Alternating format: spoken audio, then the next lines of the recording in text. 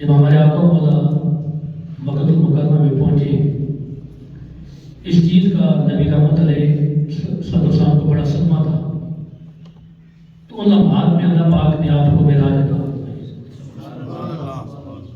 مسجد حرام سے لے کر مسجد اقصیٰ تک کا سفر، وہاں 1,24,000 انبیاء کی امامت،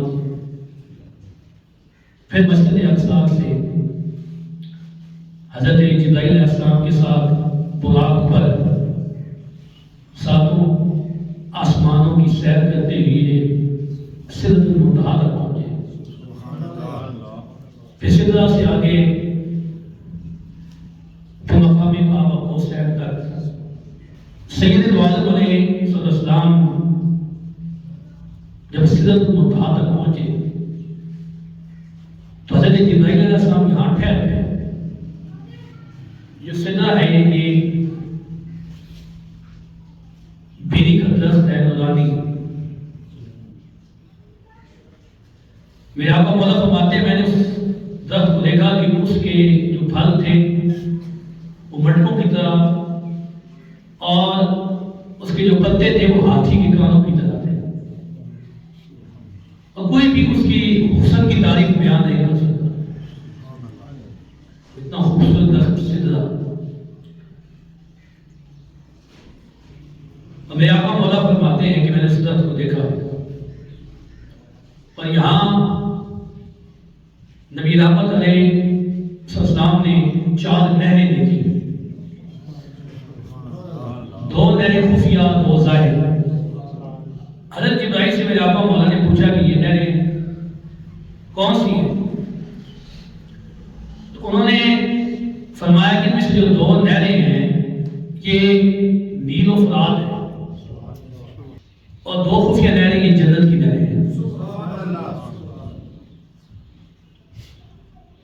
پھر نبی پاک علیہ السلام فرماتے ہیں اس مقام پر میرے سامنے بیت المعمور آیا، اور بیت المعمور پر جب مجھے لایا گیا تو اس وقت مجھے 3 پیالے پیش کیے گئے، ایک میں شراب، دوسرے میں دودھ، تیسرے میں شہد۔ تو سید دو عالم علیہ السلام فرماتے ہیں کہ میں نے دودھ کے پیالے کو لے لیا۔ تو حضرت جبرائیل علیہ السلام نے کہا کہ آپ نے فطرت کو پسند کیا ہے اور آپ کی امت اسی پر ہوگی۔ اس مقام پر سدرہ یہ مقامی جبرائیل ہے، یہاں حضرت جبرائیل علیہ السلام رک گئے اور کہا کہ اگر میں سدرہ سے آگے بڑھتا ہوں تو میرے پر جل جائیں گے، میری حد یہی ہے۔ اس مقام سے میرا آقا مولا پھر آگے چلے، اکیلے چلے تنہا چلے، سدرہ سے آگے۔ حدیث پاکہ میں آتا ہے کہ اندھیرے والے حجابات سے گزرتے گزرتے گزرتے ہمارے آقا مولا نے 70,000 حجابات تجاوز کر دی، 70,000 حجابات تجاوز کر دیا۔ پھر ان سے اور یہ جو حجابات تھے ان میں سے ہر ایک حجاب کا دوسرے سے جو فاصلہ تھا 500 فیٹ، 500 سال کے برابر مسافت، 500 سال کے برابر مسافت تھی ایک حجاب سے دوسرے حجاب تک۔ پھر یہاں اس مقام پر جب آپ براق سے رفرف پر سوار ہوئی، براق سے رفرف پر، اور یہ رفرف ایک سبز خیمہ تھا۔ رفرف کیا ہے؟ ایک سبز خیمہ۔ اس میں پھر میرے آقا مولا تشریف لائے۔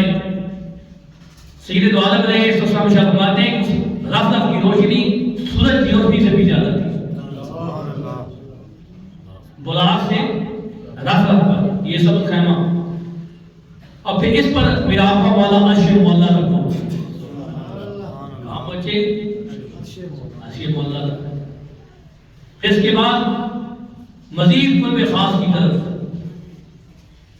پھر آپ قریب ہوتے گئے، آپ سے کہا گیا کہ قریب ہوتے جائیے، قریب ہوتے جائیے۔ میرے آقا مولا فرماتے ہیں کہ 1000 مرتبہ مجھ سے خطاب ہوا کہ قریب ہوتے جائیے،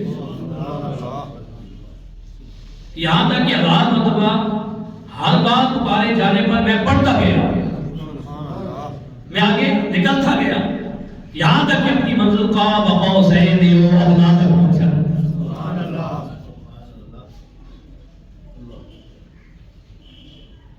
دنا سے فرد اللہ سے پھر کعبہ کو حسین و ادنا تک کا یہ سفر پھر میں آقا مولا نے طے کیا. اور سید دو عالم علیہ السلام وہاں پہنچے نہ جہاں مکان نہ زمان نہ شمال نہ جنوب نہ مشرق نہ مغرب. اور پھر وہاں جا کر ہمارے آقا مولا تاجدار سب احمد مجتبی محمد مصطفیٰ علیہ السلام اللہ کے آگے سجدہ دے ہوئے. پھر اس مقام پر اللہ پاک نے آپ کو 50 نمازوں کا تحفہ دیا. 50 نمازوں کا تحفہ. جب ایک حدیث میں نے پڑھا مشکات میں حدیث مبارکہ موجود ہے. میرا آقا مولا فرماتے ہیں کہ اللہ پاک نے اپنا ید قدرت میرے کندھوں کے درمیان رکھا. اس کی ٹھنڈک میں نے اپنے پورے جسم میں محسوس کی. علمت ما فی السماوات و ما فی الارض. تو زمین و آسمان کا سارا علم میرے سینے میں آ گیا. ما کان وما یکون، جو ہو چکا یا جو ہونے والا ہے وہ سارا کچھ مجھے معلوم ہو گیا.